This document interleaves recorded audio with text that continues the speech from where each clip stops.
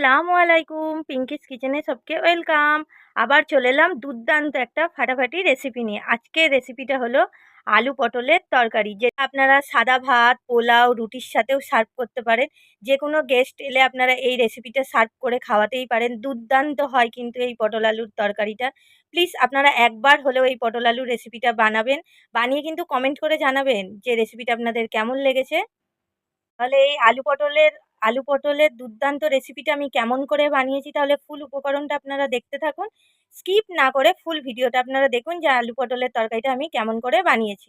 আলু তরকারি বানানোর জন্য আমি ফার্স্টে গ্যাসের ওপর একটা কড়াই বসিয়ে দিয়েছি। এবার দিয়ে দেবো এর মধ্যে তেল। এর মধ্যে আমি কিছুটা দিয়ে দিলাম সাদা তেল।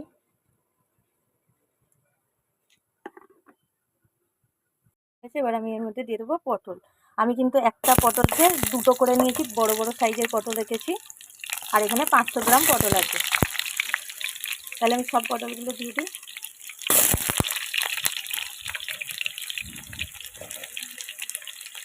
আমি দিয়ে দেবো হলুদের গুঁড়ো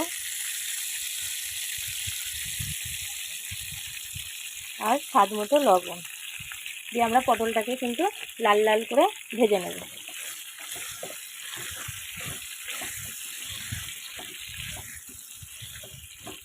পটলটাকে আমরা লাল লাল করে ভেজে নেব। এবার আলুগুলোও ভেজে নেব। আলুগুলো কিন্তু আমি একটু বড় বড় সাইজের কেটেছি। এখানে 4টে বড় সাইজের আলু আছে। আলুগুলো কিন্তু লাল লাল করে ভাজতে হবে।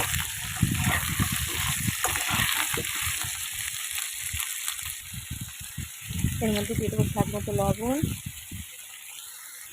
হলুদের গুঁড়ো দিয়ে আলুটাকেও আমরা লাল লাল করে ভেজে নেব।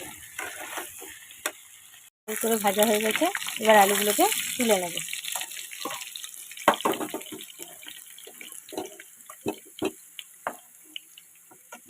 সামান্য তেল দিয়ে দেবো।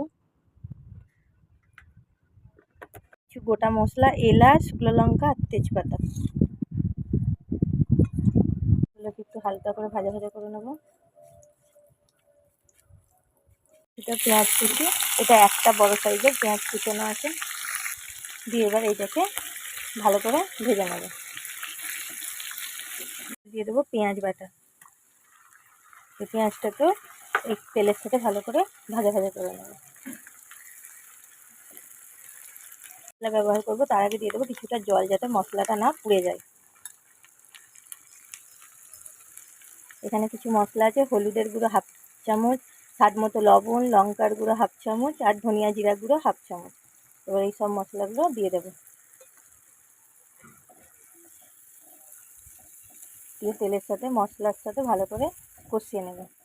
লবণটা কিন্তু বুঝে দেবেন, কেন আমরা পটল আলুর মধ্যে লবণ দিয়েছি। এবার আদা রসুন দিয়ে দেবো 2 টেবিল চামচ, 1 টেবিল চামচ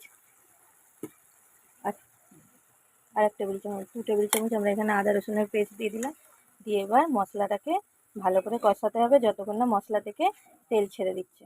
দিয়ে এটাকে এবার আমরা ঢাকনা দিয়ে 5 মিনিট হতে দেবো। তুলে দেখুন মশলা থেকে কিন্তু পারফেক্টভাবে তেল ছেড়ে দিয়েছে। এবার মশলাটাকে ভালো করে কষিয়ে নেব।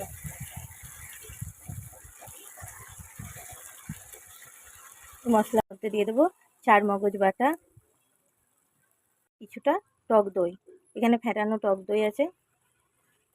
আর টক দইটা যখন ব্যবহার করবেন কিন্তু গ্যাসের ফ্লেমটা কম করেই করবেন, না হলে কিন্তু টক দইটা ফেটে যেতে পারে। এবার টক দই 4 মগজ ভালো করে মশলার সাথে কিন্তু কষিয়ে নিতে হবে।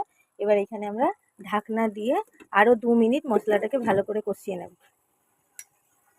কিন্তু দেখুন ভালো করে তেল ছেড়ে দিয়েছে আর মশলা কিন্তু ভালো করে কষানো হয়ে গেছে। পারফেক্টভাবে মশলা থেকে কিন্তু তেল ছেড়ে দিয়েছে। দেখুন মশলা আলাদা তেল আলাদা কিন্তু হয়ে গেছে। এবার ভেজে রাখা পটল আর আলু এর মধ্যে আমরা দিয়ে দেবো। আলু আর পটলটা কিন্তু আমরা একসাথেই দিয়ে দেবো। দিয়ে আলু আর পটল কিন্তু মশলার সাথে ভালো করে কষিয়ে নিতে হবে। পটল কিন্তু মশলার সাথে ভালো করে আমরা কষিয়ে নেব।